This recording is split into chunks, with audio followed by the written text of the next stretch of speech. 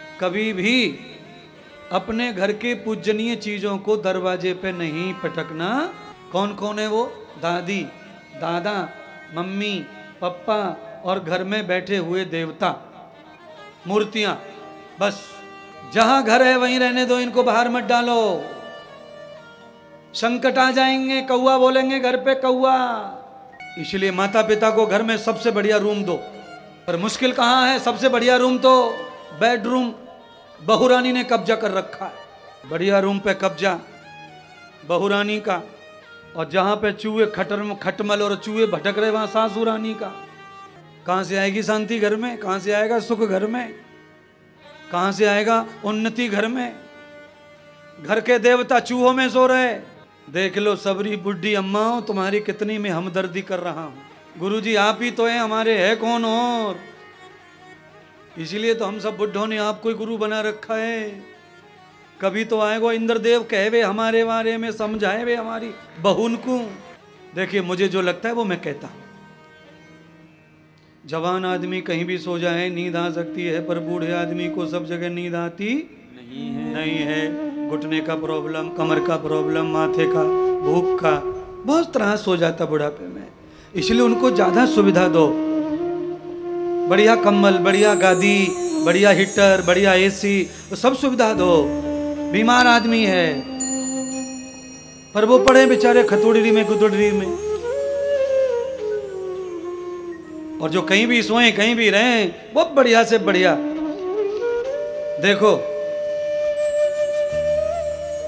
शादी होती है छोरे की, तो शादी से पहले ही बहू के लिए रूम पहले तैयार किया जाता है। बोलो, अबे किसी लड़की वाले ने हमारा लड़का पास किया है तो जो हमारे पास है उसे देख के पास किया होगा। काहे को पीछे से नाटक कर रहे हो? जहां पे दादी सो गई, अम्मा सो गई, मम्मी सो गई, वहां बहू भी सो जाएगी। नहीं, अरे बहू आ रही है, रूम तैयार करो, रूम तैयार करो। अरे रूम तैयार क्या करेंगे? रूम तैयार करके जो तैयार करना चाहिए वो तैयार कर नहीं रहे, जो तैयार नहीं करना है। अरे रूम कितना भी तैयार कर लो, एक दिन रूम शमशान बन जाएगा। इसी से ही उठेगी अर्थी।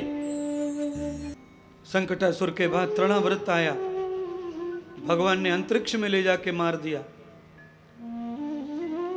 धीरे धीरे भगवान खेलने कूदने लग गए।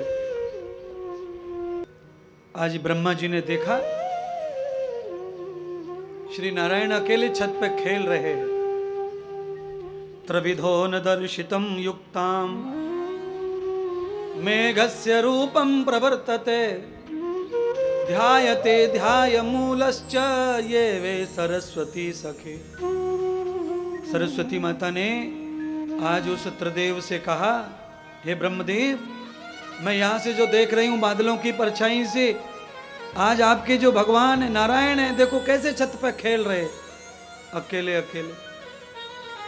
सारी गोपियों ने भगवान को खिलौने भेंट किए।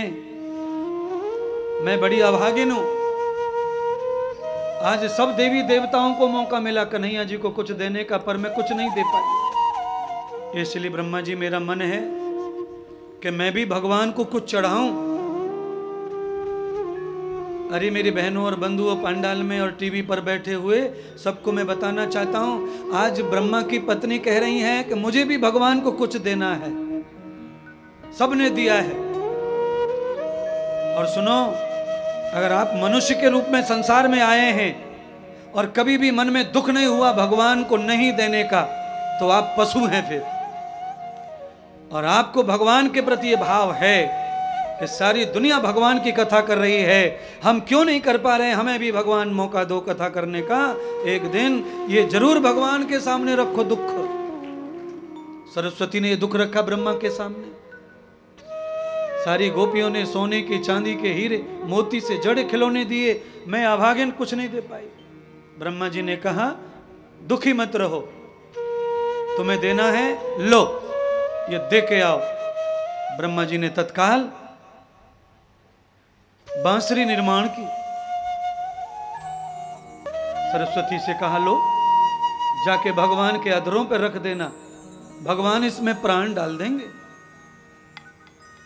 जन्म कौन देता है? ब्रह्मा। रक्षा कौन करता है? विष्णु। पालन करता, प्राण दाता। मूर्ति बनाने वाला कलाकार अलग होता है जयपुर में, और मूर्ति का प्राण प्रतिष्ठा पूजा करने वाला ज्ञानी अलग होता है। प्राण डलते हैं कि नहीं पता नहीं, पर जो विधि होती है वो बता रहा हूं। नस्त प्राणो गति भूयंस दर्शनम। प्राण तो पड़ेंगे ही नहीं मूर्ति में, क्योंकि वो तो पहले से निष्प्राण है। पर वो विधि हमारे सनातन के सम्मान की।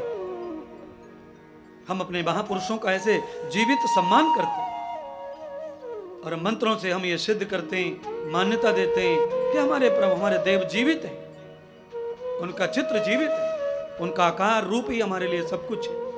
ये भक्त की अपनी भावना होती है, ये हमारी खुद की परंपराएं हैं।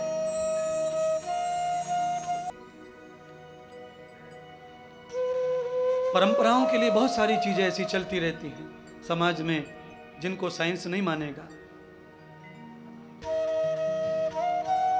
तो हमारा सामाजिक कर्तव्य है ये, मानवीय जीवन का सामाजिक कर्तव्य यही है कि जीवन में हमें खेद होना चाहिए कि हमने प्रभु के लिए कुछ नहीं किया।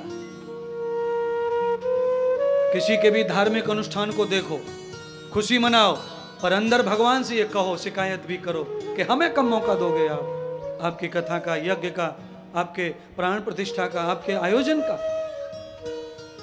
सरस्वती माता ने कहा, ब्रह्मा जी ने वरदान दे दिया, बांसुरी दे दी। सरस्वती बांसुरी को लेके आई, प्रभु के होठों पर रख दिया और प्रार्थना की, भगवान किसी को बताना मत कि ये खिलौना किसने दिया है, इसे गुप्त दान समझ के रखो, पर इसमें आप फूंक मार देंगे तो इसकी महिमा है, आप नहीं मारेंगे तो ये लकड़ी है। कौन सी बांसुरी भगवान ने बजाई? तो कहा, यत पंच प्राणस्य 10 मुखन्न मुक्ताम ये वे बसति युक्तानाम रागैर रागैनुराग राग विहतो कृतो न मूल राग। ब्रह्मा जी ने मनुष्य का जो शरीर बनाया है, इसमें 5 प्राण हैं, 10 दरवाजे हैं। एक दरवाजा बंद है, 9 खुले हुए हैं। 7 स्वरों की बांसुरी में भी कुछ ऐसा ही आंकड़ा है। वसैति वासैति रागानुराग कृतो न भवते सुरानम। मानव रूपी जो शरीर है, जिसमें वासी हुई है राग अनुराग, जिसमें राग अनुराग बसा है, इस मनुष्य के शरीर को ही बांसुरी कहा। वासैति वसते ये तो राग अनुराग। इस शरीर को कौन चलाता है? भगवान। कैसे? उनकी फूंक से, श्वासों से। भगवान ने अनमोल बांसुरी बजाई और सभी गोपियों को मंत्र मुग्ध कर दिया, प्राण दे दिए, मानो गीता सुना रहे हो भगवान बांसुरी बजाकर, अनमोनंद करके। बृहदवासो यथा पुरुषस्य धीमहि कृतमूल लक्षणम तम जाता न भवंत युक्ताम। भगवान बांसुरी की लीला करते हैं, मनमोहन बन जाते हैं।